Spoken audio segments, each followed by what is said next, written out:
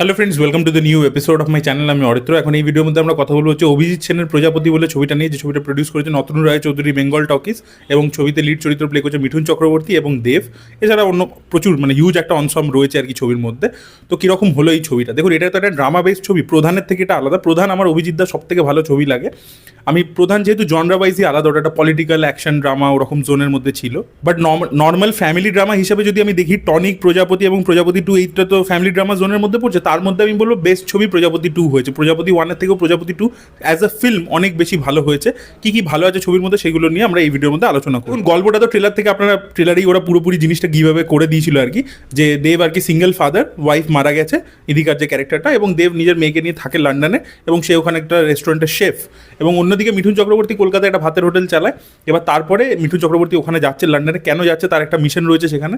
এবং তারপরে একটা পয়েন্টের পরবর্তীতে দেবের লাইফে একটা বড় ট্র্যাজেডি ঘটছে, সেটা প্রফেশনাল ওয়েতে। সেখানে মিঠুন চক্রবর্তী তাকে মোটিভেট ইত্যাদি করছে, এবং তারপরে তারা কী করবে, আলটিমেটলি এখান থেকে বেরোতে পারবে কিনা, দেব নিজের যে ড্রিমটা রয়েছে একটা হোটেল তৈরি করা, সেটা আলটিমেটলি সাকসেসফুল হবে কিনা, সেটা নিয়ে পুরো ছবি। প্রথম পজিটিভ হচ্ছে ছবিটা কিন্তু মারাত্মক এন্টারটেনিং হয়েছে। ছবিটার ট্রেলার কিন্তু আমাদেরকে দেখাচ্ছিল যে ইমোশন বেশি থাকতে চলেছে। ইমোশন তো অবশ্যই আছে, বাট কমেডিও কিন্তু ভরে ভরে রয়েছে। এবং ফার্স্ট হাফে স্পেশালি কমেডি এত ভালো ওয়ার্ক করেছে। ইভেন সেকেন্ড হাফেও একটা পান্তার পোর্শন আছে, সেই জায়গাতে মিঠু চক্রবর্তী যা কমেডি করেছে। এবং আপনারা প্রত্যেকেই জানেন শুভদীপ দা, যিনি অভিজিৎ দা রাইটার, সব ছবিতেই লিখে থাকেন তিনি। তো তিনি বিভিন্ন রকমের পলিটিক্যাল পানিং করে থাকে। তো এখানে মিঠু চক্রবর্তীর মুখ থেকে রয়েছে যে তোরা কলকাতাকে তো লন্ডন বানাতে পারলি না, ওইটা একটা ডায়লগ রয়েছে। তারপরে লক্ষ্মী ভান্ডারকে একটা পোক করে ডায়লগ রয়েছে। তো এরকম জিনিসপত্র রয়েছে। তো সেগুলো যথেষ্ট এন্টারটেনিং। অনির্বাণ চক্রবর্তী ক্যারেক্টারটার নাম হচ্ছে সাকিবুল হাসান জন্টু, এবার তাকে বিদেশিরা জন্তু বলে ডাকছে। ওই জিনিসটা নিয়েও যথেষ্ট ফানি একটা সিন রয়েছে, গ্যাগ রয়েছে ফার্স্ট হাফে। তারপরে খরাজ মুখার্জির best scene, comedy scene best হচ্ছে খরাজ মুখার্জির একটা মদ খাওয়ার সিন রয়েছে। মদ খাওয়ার সিন বেলা শেষেতে খুব ভালো একটা ছিল। প্রজাপতি 1-এও একটা ছিল, বাট সেটা বেলা শেষের লেভেলের হয়নি। বাট এই যে মদ খাওয়ার সিনটা, এখানে খরাজ মুখার্জি যা পারফরমেন্স দিয়েছে এবং যে জোকসগুলোকে যেভাবে লেখা হয়েছে, এবং তারপরে মিঠুন চক্রবর্তী যখন জয়েন করছে, ব্যাপক লেগেছে। এবং এখানেও খরাজ মুখার্জি এবং অপরাজিতা আড্ডা হাজব্যান্ড ওয়াইফ প্লে করছে, এবং তাদের মধ্যে কেমিস্ট্রিটা যেরকম আমরা বেলা শেষে বেলা শুরুতে দেখতে পাই, সেরকমই আমরা দেখতে পেয়েছি। এবং সেটাও কিন্তু যথেষ্ট এন্টারটেনিং ছিল। থরলি কিন্তু ছবিটা এন্টারটেন করতে পারে। এবং দ্বিতীয় হচ্ছে ছবিটার মধ্যে জিৎ গাঙ্গুলি গান খুব ভালো দিয়েছে। গানগুলো ইটসেলফ স্ট্যান্ড অ্যালোন কিন্তু খুবই ভালো। স্পেশালি নচিকেতার যে গানটা রয়েছে, যেটা সেকেন্ড হাফে আসে, এবং ওটা জিৎ গাঙ্গুলি নিজেও গেয়েছেন। তো সেই ভার্সনগুলো যখন আসে, যে জাংচারে আসে, সেই জায়গাগুলো কিন্তু খুব এফেক্টিভ। তো গান কিন্তু খুবই ভালো হয়েছে।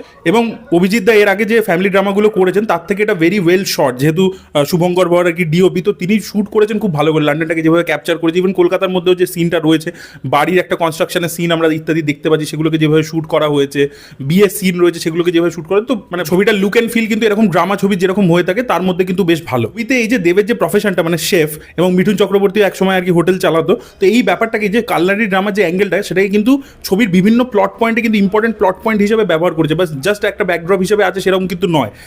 ইভেন ক্লাইম্যাক্সের দিকেও দেব যেভাবে একটা জিনিস করছে, সেখানে একটা পুরো মিশনের মতো একটা কেটারিং সার্ভিস করতে হবে, সেগুলোকে কিন্তু প্রপার, এবং সেখানে হিরো চ্যালেঞ্জও পাচ্ছে, একটা রেসিপি ক্র্যাক করতে পারছে না, সেইভাবে পুরো প্রপারলি ট্রিট করেছে আর কি। তো সেটা আমার বেশ ভালো লেগেছে। ইভেন সেকেন্ড হাফে যেখানে শুরু হচ্ছে, যে পান্তার অ্যাঙ্গেলটা বললাম, সেখানেও কিন্তু কালনারি ড্রামাটাকে আর কি প্রাধান্য দেওয়া হয়েছে। আবার ছবির প্রথম দিকেও সেটা আছে।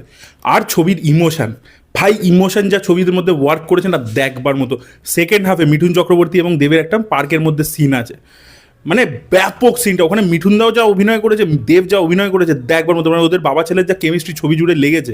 তারপরে আরেকটা সিন আছে ইমোশনাল সিনের মধ্যে বলছি, যে দেব যখন ফেরত আসছে লন্ডন থেকে কলকাতা, এবং সেখানে বাবার সাথে পাশাপাশি বসে, এইগুলো সবই ট্রেলার লেভেলে, টিজার লেভেলে ওরা দেখিয়েছিল, তাই বলছি।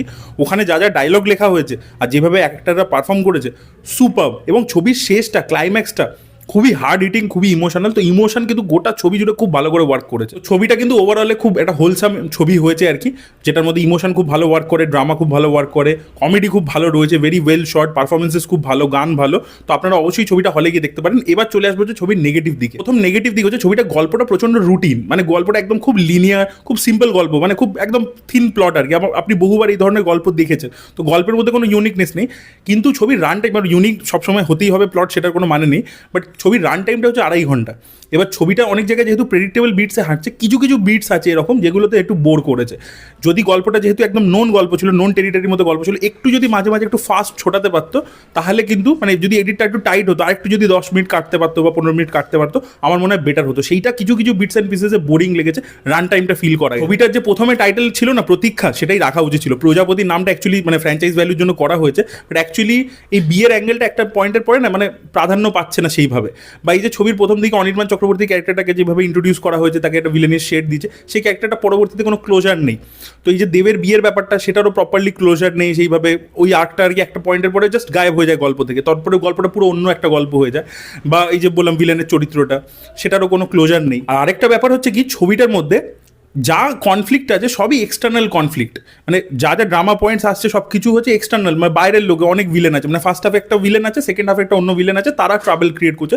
বাট ক্যারেক্টারদের নিজেদের মধ্যে, এই যে ফ্যামিলি ডাইনামিক্সের মধ্যে, মানে অপরাজিতা আড্ড দেবের বোনের চরিত্র করছে, মানে দিদির চরিত্র করছে দেব, তারপরে মিঠু চক্রবর্তী, তাদের নিজেদের মধ্যে কোনো রকম কোনো কনফ্লিক্ট কিছু নেই, মানে ইন্টারনাল কোনো কনফ্লিক্ট নেই, যা কনফ্লিক্ট হচ্ছে সবই এক্সটার্নাল, তার কারণের জন্যই হচ্ছে। যদি ছবিটার মধ্যে একটা ইন্টারনাল কনফ্লিক্টও থাকতো ক্যারেক্টারদের মধ্যে, কখনো কিছু একটা মানে ঘাত সংঘাত আমরা দেখতে পাচ্ছি, সেটা আর কি বেটার হতো আর কি, সেটা একেবারে নেই আর কি। এই খামতিগুলো থাকা সত্ত্বেও প্রজাপতি 2 কিন্তু খুবই ভালো একটা ছবি হয়েছে। এর মধ্যে কমেডি তো বললামই খুব ভালো ওয়ার্ক করেছে, এন্টারটেনমেন্ট ভ্যালু খুব ভালো রয়েছে, পারফরমেন্সেস খুব ভালো, ইমোশন দারুণ, মানে মিঠুন চক্রবর্তী তো মানে উড়িয়ে দিয়েছে আর কি, মানে যে কটা সিন ইমোশনাল সিন বা কমেডি সিন প্রত্যেকটাতে উড়িয়ে দিয়েছে।